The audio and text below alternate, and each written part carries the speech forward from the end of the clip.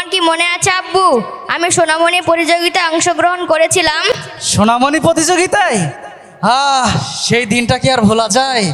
কত সুন্দর দিন, আমার জীবনে শ্রেষ্ঠতম ওই একটা দিন ছিল।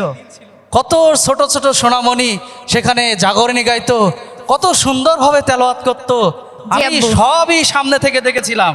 মনে থাকবে না মানে? খুবই মনে আছে।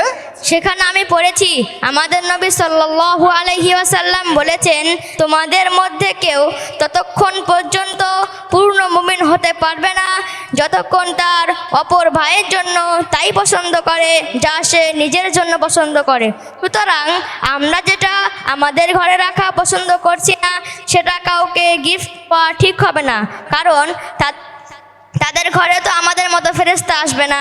হ্যাঁ তাই তো, বাবাটা আমার কত সুন্দরভাবে আমাকে বোঝালো। তুমি এগুলো সবই ওই সোনামণি বইয়ে পড়েছো তাই না? জি আব্বু। আল্লাহু আকবার। আসলে সোনামণি সংগঠনের এই বইগুলো কত সুন্দর।